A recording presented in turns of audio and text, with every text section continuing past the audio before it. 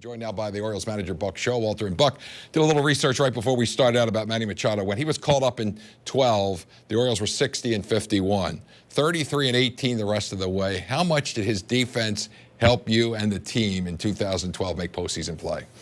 Well, it was huge. You know, if you guys remember, we had some challenges over there, and that was the one thing constant we felt like he would do as he figured it out offensively, that he would impact our club defensively, especially at a place that we were struggling.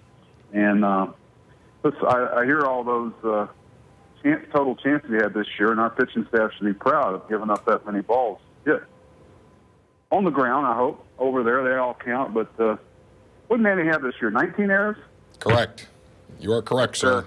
So that the error column doesn't mean much anymore.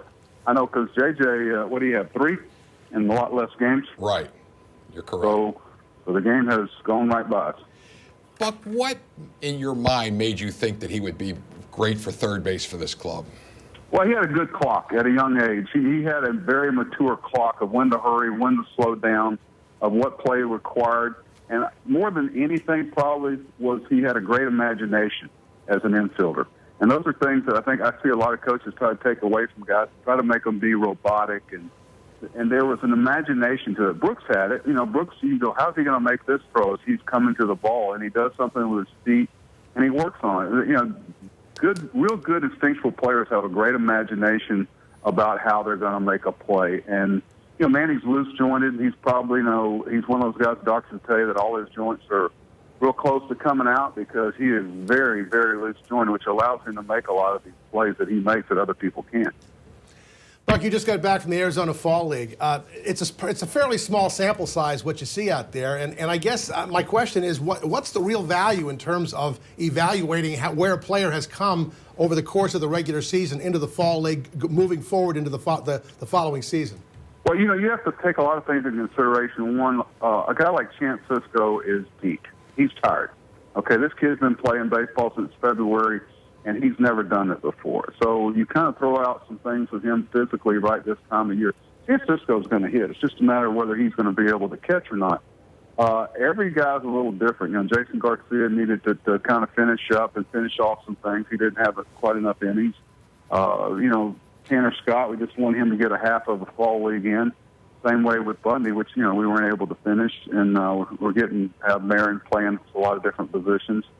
I think me going out there, it's important that they know that it's important that they go and that all of us go out there and take part in it. Tanner Scott was a young man that we think a lot of, a young, really upside left-handed starter reliever or wherever he ends up being. He'd remind you guys a little bit of Scott Radinsky. And he's got a big power arm. When he figures out where it's going to be fun to watch.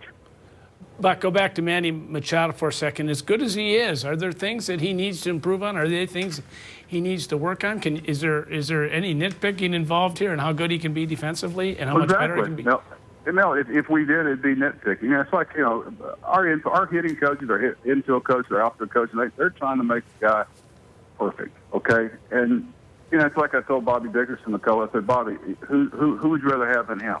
You know, and that's why we're here, you know, and I got to tell you, some guys as good as Manny, I'm not saying he does, but some of them get kind of bored.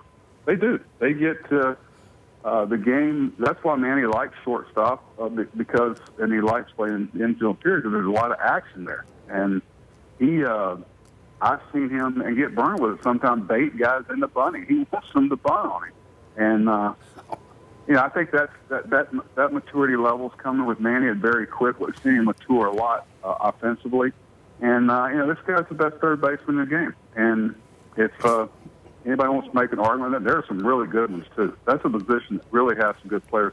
And there's some guys that are well thought of that I haven't seen. So, you know, the guys that I've seen, Manny's as good as there is. Buck, you had some pretty good relievers in that bullpen over the last couple of years. You had Jim Johnson, who was not only a very good reliever for you, but kind of the guy that was kind of running that bullpen down there. You had Darren O'Day after Jimmy left. And now it's possible that Darren won't be back. But how important is it that you have a player as opposed to just the bullpen coach down there kind of helping out down there, managing some of the guys, the younger guys, the veteran guys, all the personalities? Well, that's important. And you know it's something that analytics don't show up.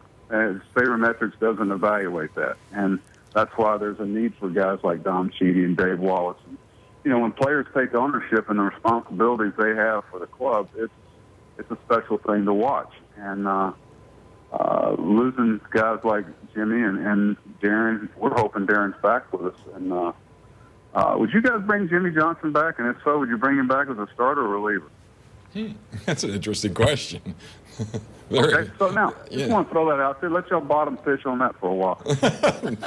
That'll be picked up on walk around. Darren would be a tough loss for us. I mean, he took the mantle that Jimmy had and ran with it. And, you know what, guys? There'll be other managers, other coaches, other pitchers to come along, and we're hoping that Darren comes back, but he means a lot to our club on and off the field. A lot of the off-season, not the off-season, the regular season, you had injuries to overcome as a club, and all teams do. But Jonathan Scope, how much of an impact did he have when he came back on the club, and how much was he missed when he wasn't there? You know what's funny about that? I was talking to Coach Phil Harbaugh yesterday. They have a wide receiver at Merriman that's got basically the same injury, the way I understand it, that Jonathan had. And I got to tell you, as much as our strength conditioning people and the trainers did a great job with Jonathan, Brady Anderson, I kept calling Dave Walker down in Sarasota, so how's he doing today? How's he doing today? And it was real slow. And I said, Brady, you do me a favor and head down to Sarasota and take charge of this, so to speak. And Jonathan, I think, was back to us in 10 days. Brady, I told Coach Harbaugh, maybe I want to take Brady over here. They can't. Merriman's been a lot longer. And I think we talked about it when the injury happened, that it was just a matter of how much time and effort and work that Jonathan was going to have to put in. And he can play the next 10 or 15 years with this with no problems. But, he knows it's very important that he stay on top of this. And he will. He will. And John, having him the whole year next year and having J.J. healthy and back to his old self all year next year would mean a lot to us. Well, coming up in about 4 weeks in Nashville is the baseball winter meetings. You've been to these things a bunch of times throughout the years. I mean, you've probably reached the point now where you don't even have to practice your poker face when somebody runs a rumor past you in the lobby. But is it something that you look first of all, I don't forward go in that lobby anymore. They've changed. that lobby's full of agents now, and nobody even leaves their room. It's like being holed up in a cell for about 4 days. Well, is it something you still look forward to? You know what? Be honest with you, not as much as I used to. I used to love going there, and right now, we know we're going to participate in a Rule 5 draft. That's for sure. That's the last day at 10 o'clock in the morning, and it's not the way it used to be because people are texting back and forth, they're emailing back and forth instead of going face to face, and I miss that. I think that's the mistake a lot of organizations make is not having those face to face meetings, and the relationships and the people skills aren't the same with the general managers in today's games because, Dan and I were talking about, they just don't sit face to face. They don't have that interaction, and it's a little cold to me. But it's probably a lot of pressure on us because they pushed up the Fan Fest to the middle of December, which means when we come back from the winter meetings, we're at the Fan Fest. And we better not walk in there empty-handed, huh, guys? You're right. That's right. Or Dan's going to be doing that thing by himself. Yeah. No, we do it together, and we'll continue to. But we got a lot of work ahead of us. Buck, what was the most impressive thing about the World Series and the baseball fan in you?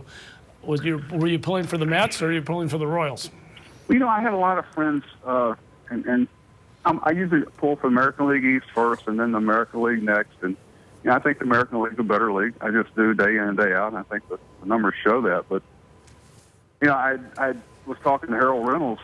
I kind of called that Terry was, I said during a commercial that to Harold, I said, you're getting ready to see, after this inning's over, a player put a manager between a rock and a hard place. And sure enough, it happened with Harvey. And there was no right decision. There was no wrong decision. And it's just unfortunate. I think it didn't really matter. Kansas City was destined to win that, and I hope they get real fat from it and come in with a different attitude next year. Buck, it clearly looks like Chris Davis and Wei Yin Chen are on track to get multi-year deals, lots of money and all that, both deserving clearly. But Matt Wieters coming off the situation with the injury, any news on that? Is it possible? He takes the qualifying offer? Well, we hope he does. That's why we made it. We can't, the biggest problem we would have, the worst case scenario is that, he leaves, we don't get a draft pick, and we don't even try, which we were not going to let happen from a long time ago, and there was agreement on that. And we like Matt. We hope he takes it and comes back for a year, or gives us an opportunity to work out a multi-year contract, which I'm sure Dan's working on. But if it doesn't happen, we're prepared for that too. So, we feel like we're in a great spot with it right now. We're waiting for tomorrow late afternoon to find out what direction we go now. I'm sure Caleb Joseph's watching it too, and Steve Clevenger are watching it. Buck, we know you're a very organized individual. Is there such a thing as you put together, say, like an outline that you would like to see happen for the Orioles during the offseason before opening day next year? What you'd like to have happen all together? Yes, sir. Tommy, come on down to my office today. I was sitting in there. I've got a nice board that's moving the pieces around a little bit. And, I met with Mr. Angelos yesterday. He's in a great frame of mind for us. And, we're ready to go and do the things it takes to stay competitive and try to win the division again. So, we're waiting for a lot of the dominoes to fall, probably starting Friday, so we know what we're going. And, I'm looking forward to the challenges. I know Dan is. Buck, anybody on the Orioles team that was snubbed in the Gold Glove voting? Oh, let's see. I was surprised Adam didn't get at least in the top three. And those were three great candidates. But Adam's arm, Adam posting up every day. If you look at the games played by Adam compared to some of those guys, I think that's what probably cost JJ a little bit. I think, I think the pitching thing, I'm a little surprised that anytime a pitcher is nominated for a Gold Glove when he can't hold runners, because fielding is about keeping 90 feet from happening. And when pitchers can't hold runners, they should not be nominated for a Gold Glove award. I used to have that problem with Greg Maddux, who won these Gold Glove awards, and they ran rampant on him. He couldn't hold on anybody. Well, Buck, as always, we appreciate the information, the conversation. Look forward to chatting with you in the weeks to come. All right, guys. Call me again. Y'all take care. All right.